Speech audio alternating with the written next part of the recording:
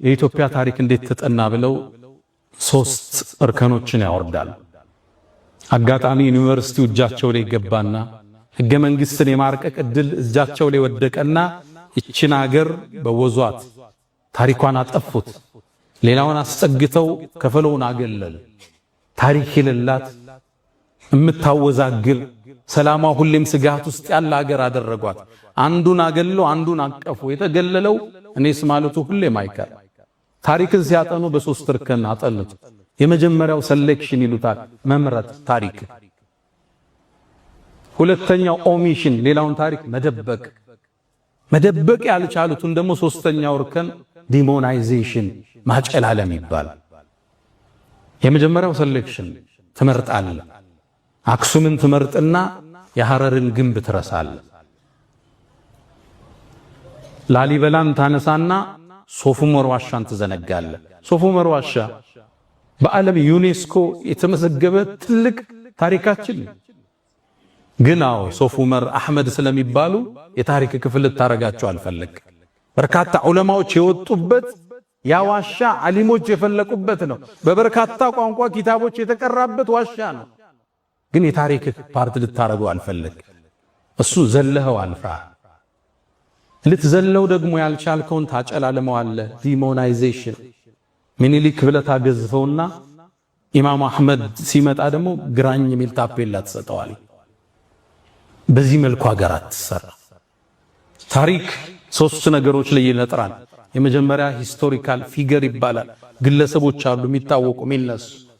ሁለተኛው ሂስቶሪካል ኢቨንት አለ፣ የተከሰተ ክስተት አለ እንደ አድዋ አይነት እንደ ሌሎች። ሶስተኛው ሂስቶሪካል ፔሪድ አለ፣ ጊዜ አለ። ሶስቱም ግን ቅድም ባልኳቸው የምርጫ ዘይቤ ተመርጦ የኢትዮጵያ ታሪክ ምንድነው ስትል እየተዘለለ እየተመረጠ የተወሰኑ ሰዎች ብቻ የሚታወሱበት ሌሎች የተደፈቁበት ሀገር መሰረት። ይሄ የታሪክ ትርክትና አስተሳሰብ ነው ዛሬ አክሱም ላይ ያሉ ወንድሞቻችንን መከራ ያበላቸው ያለ። አክሱም የኢትዮጵያ ክፍል ነች። መጀመሪያ እስልምናን የተቀበለ ምድር ነው። ሙስሊሞች እዛው ተወልደው ቋንቋቸው እዛው እትብታቸው እዛው ተቀብረው ዛሬ ለመቀበር 30 እና 50 ኪሎ ሜትር ከከተማዋ መውጣት ይጠበቅባቸዋል። ለምን ስትላቸው አክሱም ዳግማዊ ኢየሩሳሌም ነች ይለዋል። እሺ ኢየሩሳሌም እስራኤል ውስጥ መስጂድ አለ፣ ሙስሊሞች አሉ፣ ሙስሊሞች ይከበራሉ ዋናው ቦታ ላይ። እዚህ ለምን ከለከልካቸው? ሕገ መንግሥቱ የሃይማኖት ነፃነትን አውጇል። አንተ ለምን ነፈካቸው? አክሱም ውስጥ መጠጥ ቤቶች አሉ፣ ሺሻ ቤቶች አሉ፣ ይጠጣል፣ ይጨሳል። ሶላት ያው ሙስሊሞች የመርየምን ቅድስነት የተቀበሉ የኢየሱስን ነብይነት ያጸደቁ ክርስቲያኖችን የመጽሐፍ ሰዎች ብለው ያሉት ሙስሊሞች መጠጥ ከሚጠጡ ተራቁበት። ምናልባት በዚህ አጋጣሚ ክቡር ጠቅላይ ሚኒስትርን ለተናገሩት ንግግር አመሰግናለሁ። አክሱም ውስጥ ያሉ ሙስሊሞች 30 ኪሎ ሜትር ሄደው እንዲቀበሩ ከተገደዱ የሞቱት የከለከሉት ናቸው፣ ያ ሰውዬ አይደለም ብለዋል። ይሄ ትርክት ይሄን አስተሳሰብ ፈጥሮ አለፈ። ይሄ ቅድም ያወራሁት የታሪክ አጻጻፍ ሂጃብ እህቶቻችን ለብሰው እንዳይሰግዱ ስንክሳር ሆኖ አለፈ። አሁን በየፖለቲካው ምህዳር የምታዩት ንግዱ ቦታ ላይ የምታዩት ክፍተቶች ሁሉ የዚህ አስተሳሰብ ውጤት ነው። ከፈለው መጤ ከፈለው ደግሞ ባላገር። እሺ እንስማማ ብለህ ጠይቅ። እዚህ ሀገር ቀድሞ የገባው ማን ነው? ክርስትና ወይስ እስልምና? ከሰሜኑ አካባቢ ክርስትና ቀድሟል። አዲስ አበባን ይዞ ወደ ታች ደግሞ እስልምና ቀድሟል። ምኒልክ ግዛታቸውን አስፋፍተው ሐረርን ጅማን ከማቀፋቸው በፊት ጅማ እኮ እስላማዊ ሀገር ነች። ሀዲያ እኮ እስላማዊ ሀገር ነች። ሐረር እኮ እስላማዊ ሀገር ነች። የእስልምና የመገበያያ ሳንቲም ያላት ሀገር ነች።